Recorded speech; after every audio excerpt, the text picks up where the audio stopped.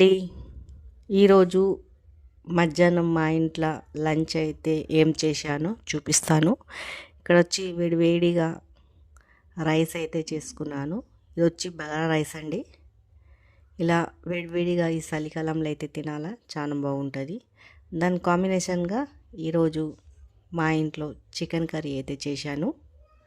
చూడండి, chicken curry ఈరోజైతే గ్రేవీగా స్పైసీగా అయితే చేసుకున్నాము. బగారా రైస్ ఎంబడైతే చాలా బాగుంటుంది. ఇలా పిల్లలైనా పెద్దోళ్ళైనా అయితే ఇష్టంగా తింటారు ఇట్లా గ్రేవీ లాగా చేసుకుంటే కర్రీ. ఇక్కడ వచ్చేసి అయితే చాలామంది వీడియోలు అయితే చూస్తున్నారు కదండి, లైక్ అయితే చేస్తలేరు. ఒక లైక్ అయితే చేయండి. మీ ఒక్క లైక్ వల్ల చాలా సపోర్టింగ్ అయితే ఉంటుంది. దాని ఎంబడేమో ఆనియన్ అయితే కోసుకున్నానండి.